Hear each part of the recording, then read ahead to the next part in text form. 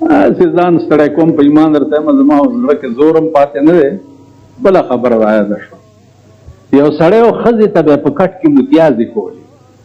نو ښځه ورته وایي چې بیړه دې غرقه شه نو زه به هره ورځ دا ستا توشکونه وینځمه. ویلې ښځې څه وکړم؟ شیطان په خوب کې راشي راته وایي چې په لوړه ناست دي متیازې را پرېږده. بس چې زه را پرېږدم متیازې ختم شي چې ویښ شم په توشک مې کړي. نو څه وکړم؟ ښځې ورته ویل بس خبره خلاصه شوه. شیطان خو ابوالجن دی، د ټولو پیریانو پلار دی، لوی دولتمند سړی دی. مونږ خو د غریبۍ د وجې تباه شو. بېګا لکه راغی ورته وایه چې خدا که ټکې متیازې وکړم چې څو پورې دې سره کړي. د شپې چې په خوب کې ورته شیطان راغی چې هلکه په کټ کې په لوړه ناست دی او را پرېږده متیازې. دی ویل خدای راستي که ټکې وکړم. ویل ولې؟ ویل ماله سراک غریب یم. ویل راځه. بس یو کور ته یې بوتلی دی او په دیوال یې اړولی دی. ورته ویل دا د خزانه پرته ده، څادر ترې را ډک. بس پخوا خو به دا نغدې روپۍ وي. بس څادر کې دومره پنډوکې را تړلی دی. اوس چې په دیوال راخیږي د کور مالک پرې راویښ شو. چې راویښ شو چې هله غل دی. اوس دی شیطان ته وایي څه وکړم؟ ویل لاس راکړه. شیطان چې وله لاس ورکو بیا ترې لاس خطا شو. چې بیا وله شیطان لاس ورکو لاندې نه د کور والاو د خپو نه ونیو چې غل مې ټینګ کړو. شیطان ورته ویل هلکه په بل څه نه خلاصېږي. شیطان پاس راښکو او کور والا لاندې راښکو. ویل په بل څه نه خلاصېږي، غول پې وکړه. چې ډر شو ښځې ورته ویل پاسه کور دی وران شه، نور کله به دې متیازې کولې، نن دې پې غول هم وکړه. تاسو هغه یئ. ما په خبره پوه شوئ؟ دغسې څه شی په خوب کې وګورئ نو سهار له چې دی د جبرائیل علیه السلام په تمه یئ چې بېګا مې خوب لیدلی دی چې دا جبرائیل به کله راځي. دې وجې نه عزیزانو لږ سوچ وکړه، ټرای پې وکړه. بزرګ ته وایي چې ما ته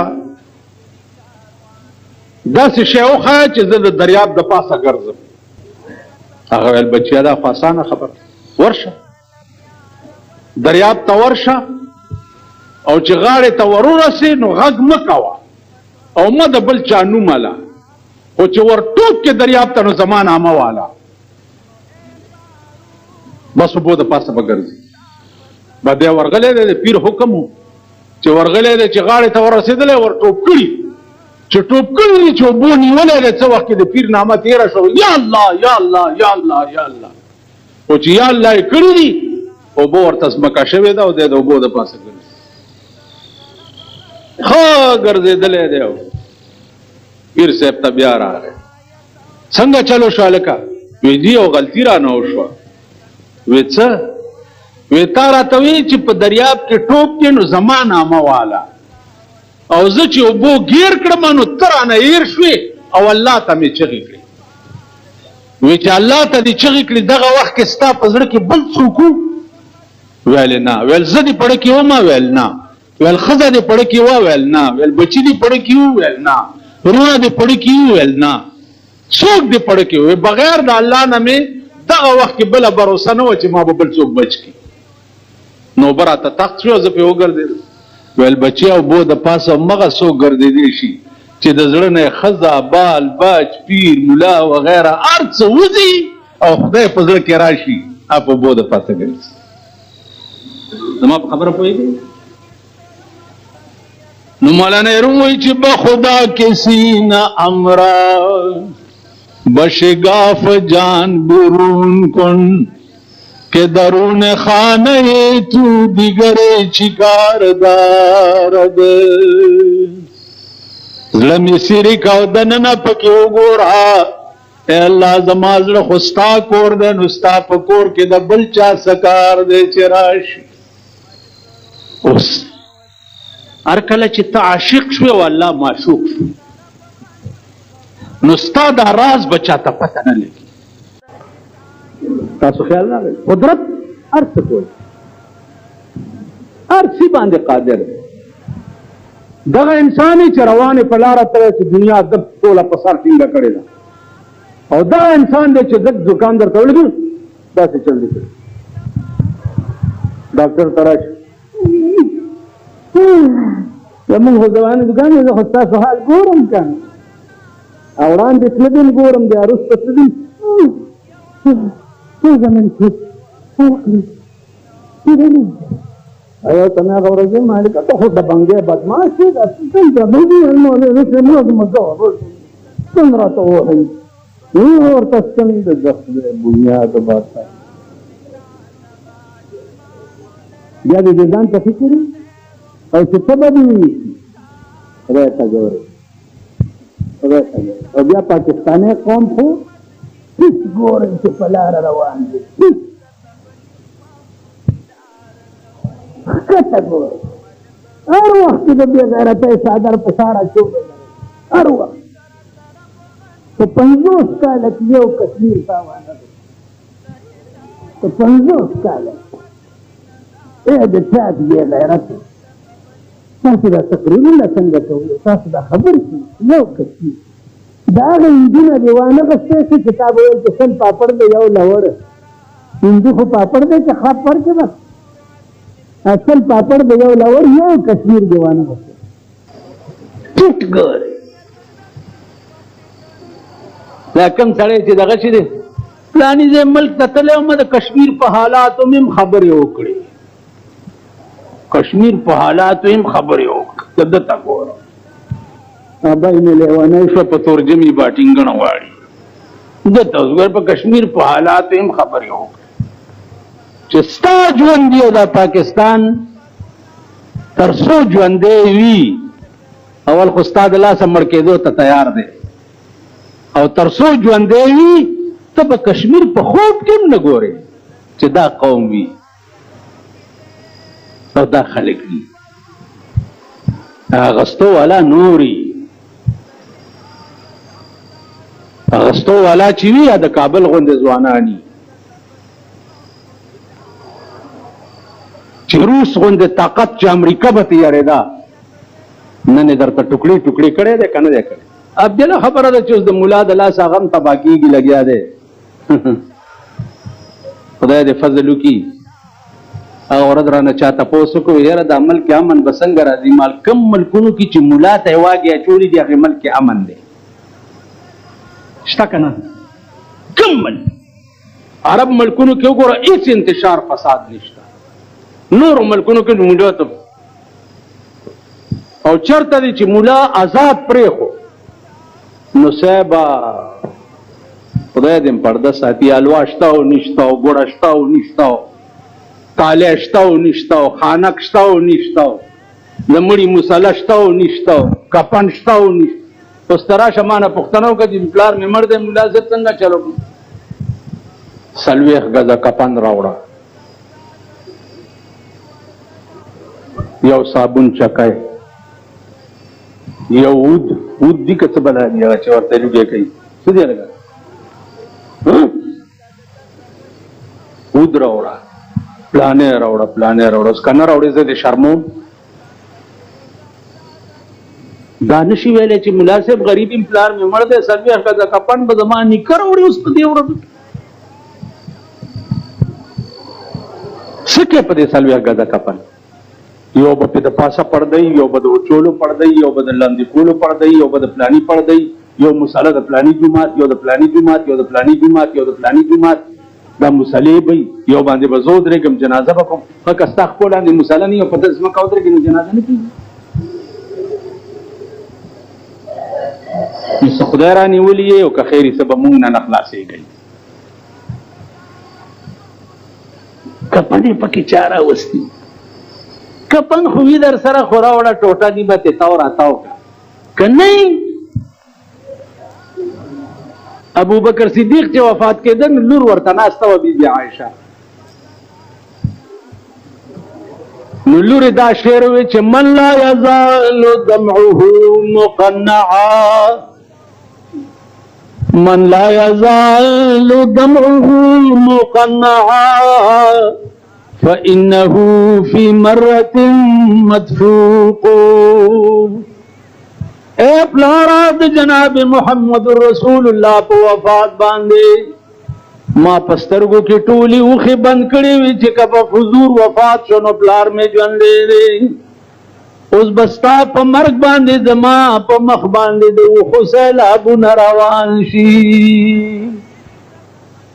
پلار ورته وای بچیا واوره ته خو بیا هم ژوندی چا سره به کښېنې وخت به دې تېر شي خبره زما کوه چې داسې کور ته روان یم چې وړاندې مې لیدلی نه دی داسې پولیس به مې گرفتار کړي چې وړاندې مې لیدلي نه دي داسې عدالت کې به مې پیشي کېږي چې وړاندې مې هغه عدالت لیدلی نه دی نو دعا ما ته کوه چې دا لوی منزل خدای را باندې آسان کړي بچیا زه چې وفات شم نو ګوره چې ماله نوې جامې راوانه غوندې ولې نوې جامې خو ژوندي اغوندي د زینت دپاره ستا پلار چې مړ شي د زینت سره یې څه کار دی دا خپل لنګ او خپل کفن کمیس زماس کفن کا دا خپل صادر میں کفن کا بس او د پیغمبر په خوا کې اجازت غواړه که اجازت شو خو د هغه په خوا کې مې خښ کا او که اجازت نه شو عام مقبرې جنت البقیع ته مې یوسئ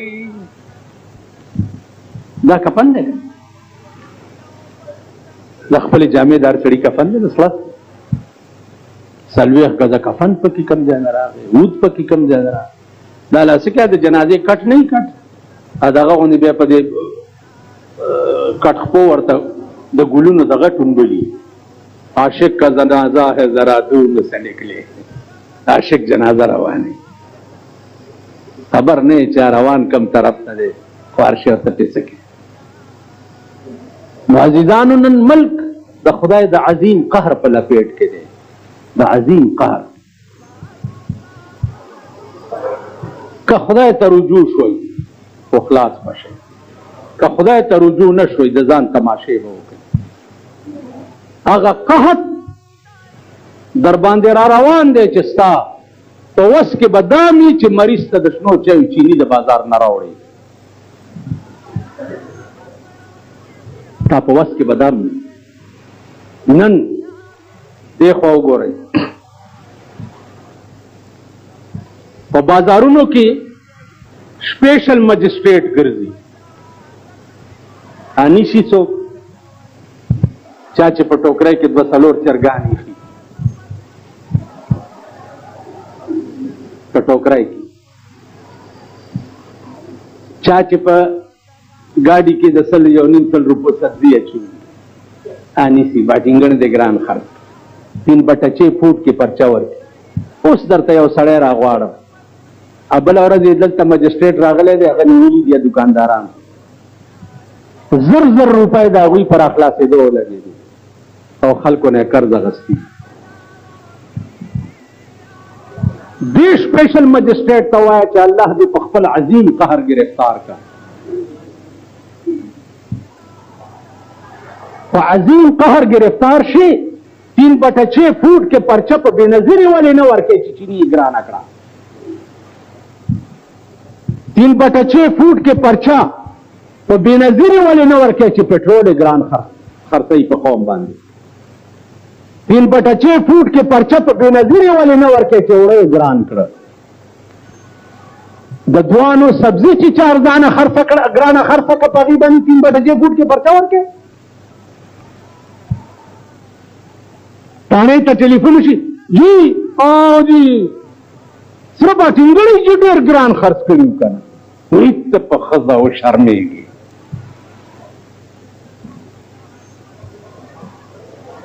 شرمېدلو په داسې ملک کې پیدا یئ تاسو ته زه هسې مې زړه ستړی کړو که سبا به م وګورم که الیکشن اعلان وشو سبا به م ګورم په دې سړکونو به ښځې نر ګډېږئ او پاکستان کا تقدیر بے نظیر دغه ډنډولکي به وهئ ښځې به م هم ګډېږي لوڼه به م هم ګډېږي او تاسو به هم ګډېږئ زما د خدای بیخ د هغه پلاره مباسي چې تاسو ته زه ځان ستړی کوم تاسو خیال راغی ما دا قوم پېژندلی د ایمان په رڼا او به ویم درته او به ښیم درته مونږ هم په شرمونو شرمېږو سبا چې مونږ سړی ودرو مولیان مونږ به څه وایو چې اسلام دپاره ووټ غواړو مونږ به دا وویلی شو چې اسلام دپاره ووټ غواړو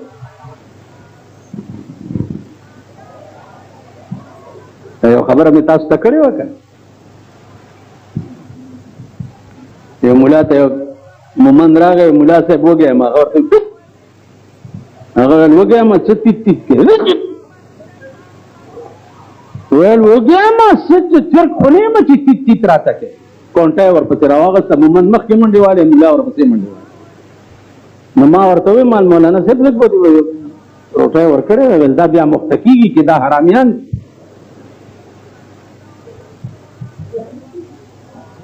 ته پوه شوې مونږ هم اتیت والا یو خفه نه شئ عزیزانو خپل حشر به وګورئ انجام به وګورئ د هندوستان چینی راغلی ده د هندوستان په حیات آباد کې کارخانو کې د هندوستان چینی راغلی ده هغه 1000 روپو نه پاس بوره یې کړه دوی دا پته ولګوئ چې دا چینی په هندوستان کې هم په 1000 روپۍ بوره یې ده اوس اعلان وکړو چې هغه سړي له به دا چینی ورکوئ چې کوم سړی انکم ټیکس ورکوي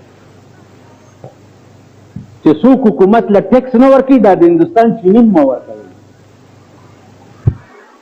د هندوانو په غولو چې د کومو ګنو تربیت شوی او هغه ګنو نه چینی جوړه کړې ده هغه هم در باندې قات شوه چې انکم ټیکس نه ورکوي دا چینی به هم درته نه میلوي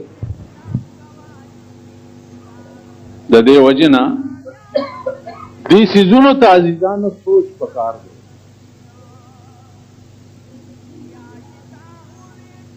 نو ما ته یو سړی بله ورځ راغو چې جي مونږ خو خپل استاد نه پوښتنه کړې ده هغه وایي چې دا چېرته کتابونو کې نشته نو ما ورته وی چې خبره دا ده چې یو مولانا صاحب راغلی او د پنجاب نه دلته پېښور کې تقریر کولو جلسه نو هغه وی چې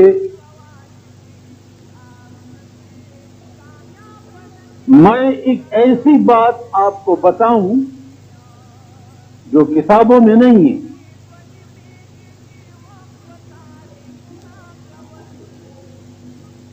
लेकिन बगैर उसके आप न इंसान बन सकते हैं और न अल्लाह ताला का कुर्ब हासिल कर सकते हैं। वो क्या है? वो आपका दिली लगाव है। उस दिली लगाव और दर्द से देखा ना तो किताबों की नहीं, लेकिन जब अच्छा दिली लगाओ और दर्द दिल न हो अगर तो कुर्ब ना हासिल, उस दिली लगाओ और कुर्ब से दे दा चीजानो चको शे न दे, शोर शे न दे। मूंग पदा से बदकिस्मत अमल के पैदायु छे हर शे पे चगो पे शोर ना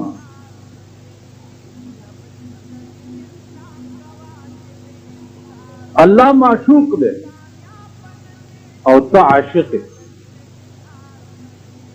अल्लाह माशूक हो और जनाब मोहम्मद रसूलुल्लाह सल्लल्लाहु अलैहि वसल्लम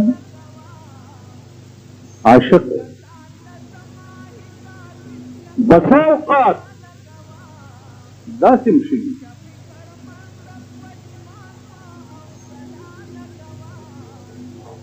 چې د هر پیغمبر یو خاص خاص نامه و، د رسول الله صلی الله علیه وسلم په ټولو نومونو کې یو نوم چې دی هغه حبیبم.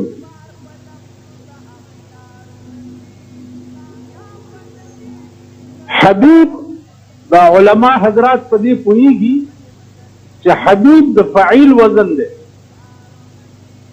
او فعیل وزن چې کنده هغه کله په معنا د اسم فاعل راځي او کله په معنا د اسم مفعول راځي. نو حبیب دلته په معنا د محبوب دی. حبیب معنا محبوب.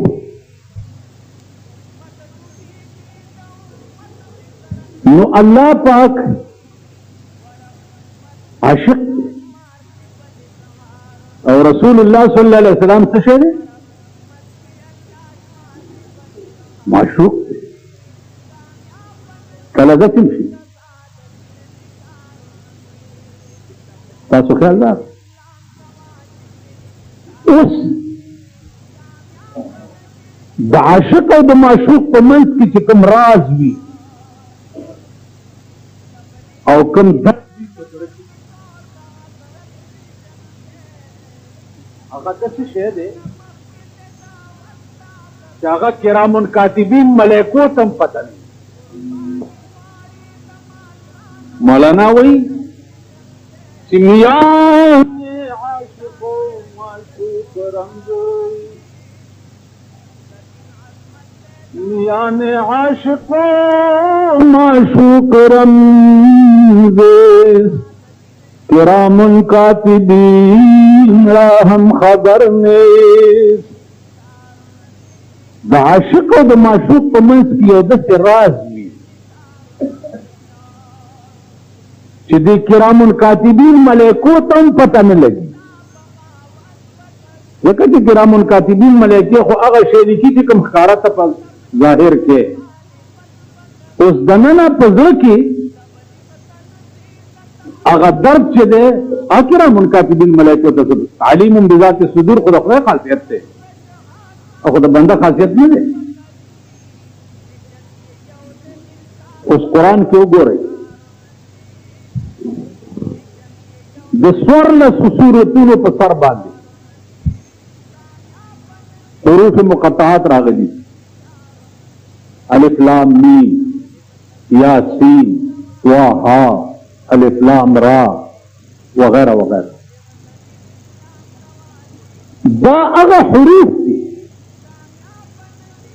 چې کله نه قرآن نازل دی تر ننه پورې نه صحابه نه ائمه مجتهدین نه ائمه مفسرین نه علما د دې حروف په معنا تر اوسه پورې قادر شوي دي.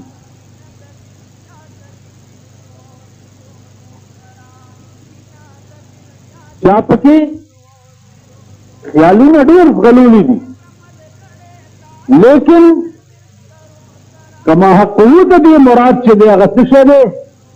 دا یو خصوصي رازو د الله او د جناب محمد رسول الله په منځ بل چاته پته نشي. لکه لمغونې تاسو وګورئ تفسیر جلالین یو داسې تفسیر دی چې طالبان عام طور په درس کې وایي دا حروف چې چېرته راشي الله اعلم بمراده الله ورسوله اعلم بمراده.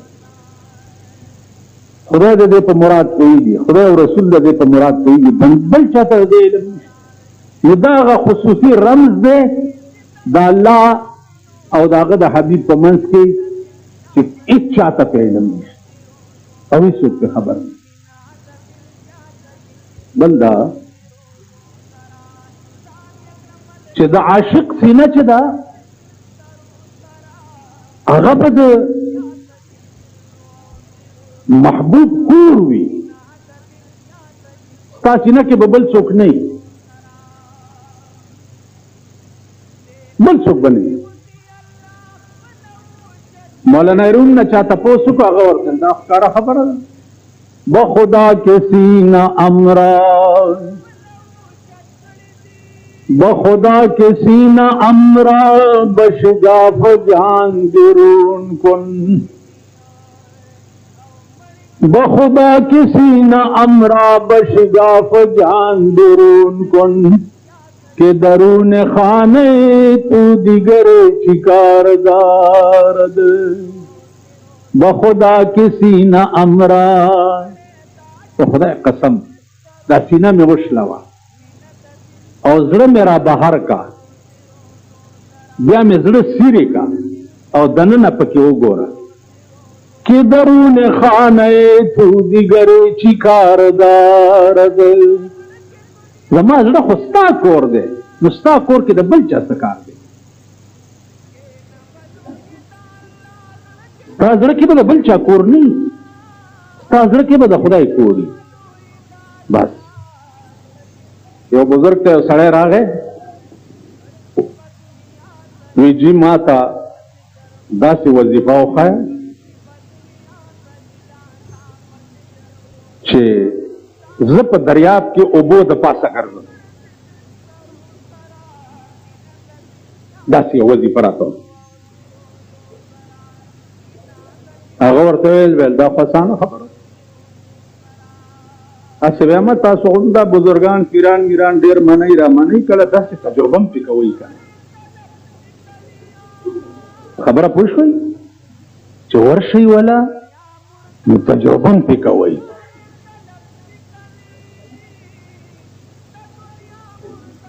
اولیاء او بزرګانو سره ما ډېر کتلي تجربې مې پرې کړي په خدای قسم داسې لکه دا تلی چې اوس هسې او اوس کم ځای دي اوس خو که تاسو خیال وکړئ په دې پاکستان شریف کې د هر چا خپله خپله دکانداري وي د هر چا